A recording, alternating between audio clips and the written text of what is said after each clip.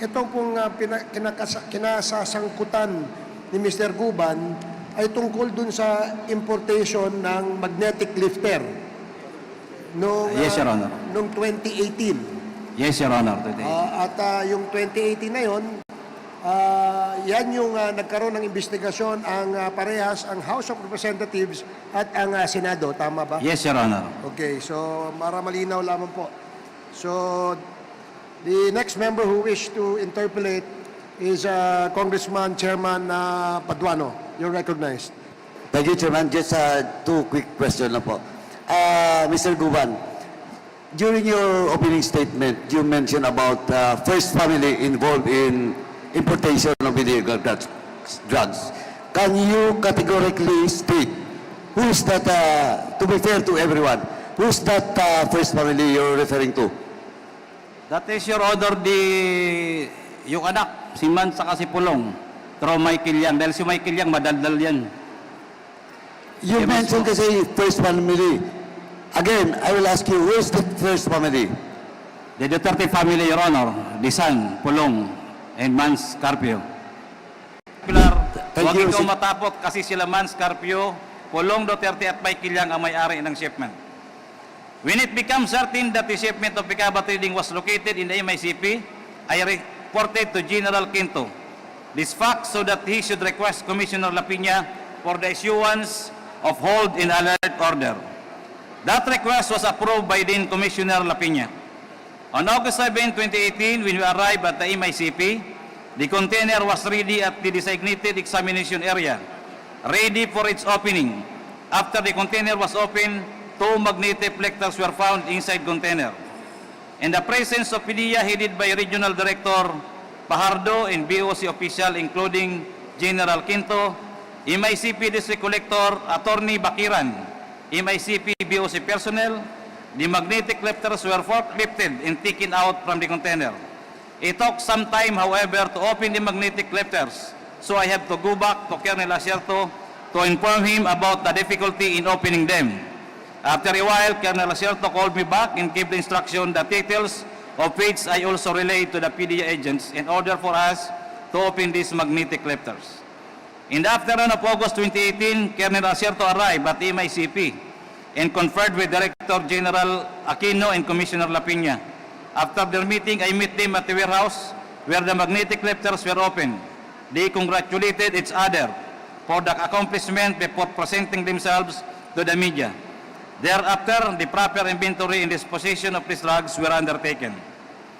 During the Committee on Accountability of Public Officers and Investigation, Blue Ribbon, hearing on PS Resolution Number 425 to conduct an inquiry in aid of legislation into the 6.4 billion worth of shabu shipment from China on the possible malfeasance, misfeasance, and non-feasance of Bureau of Customs officials.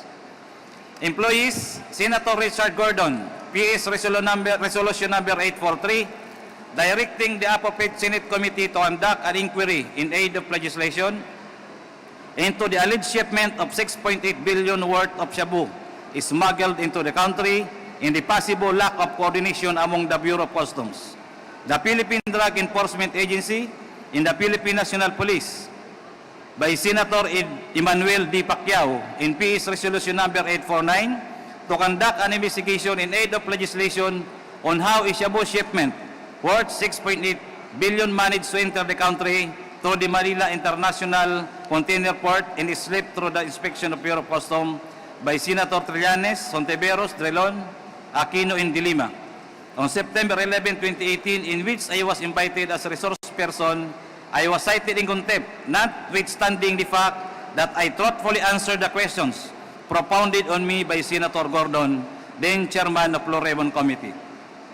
While I was detained at the Senate, immediate personnel who introduced himself as Paul Gutierrez, who worked as staff of Binay Antiporda, accompanied by Blue Ribbon Committee staff, came to my room at the Senate while I was detained and threatened me.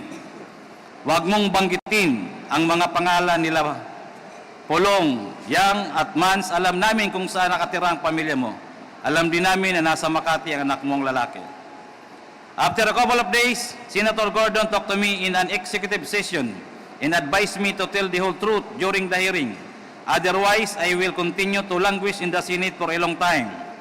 Acceding to his advice, I told him all that I know about the illegal drugs being imported to the country through the Bureau of Customs. However, due to the threats of Col Gutierrez, I never confided to him that Mans Carpio are involved in illegal drugs importation at various ports of the Bureau of Customs, more particularly the illegal drugs found in cyst at MICP.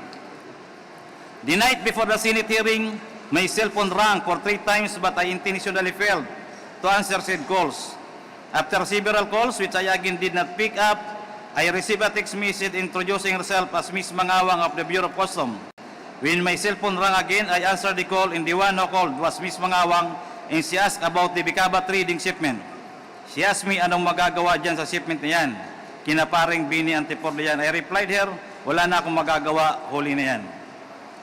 For fear that my son and other members of my family will be killed, including myself, I testified during the hearing on October 30, 2018, and instead of naming Pulong Duterte, Manskype, Carpio, and Mike Ilyang as the owners of the shipment, based on the intelligence reports we gathered, I pointed to Colonel Acerto as the one who has knowledge that the shipment consigned to Bicaba trading contains illegal drugs. I recanted my said statement against Acerto through my judicial affidavit, which I executed and submitted during the criminal case number R-MNL-19-03-472CR for violation of Article 2, Section 4 in relation to 28 and 31 of Republic Act number 9165, of which I was convicted and adjudged guilty as charged and was sentenced to suffer the penalty of life imprisonment and to pay a fine of 500,000 pesos. After promulgation of the decision in the aforesaid case, I filed a notice of appeal with the Court of Appeals which is docketed as CA-GR CRHC-19146. That's all, Your Honor. Okay, salamat Jimmy. Congressman Fernandez. Yeah, Mr. Chairman, ano lang briefly, medyo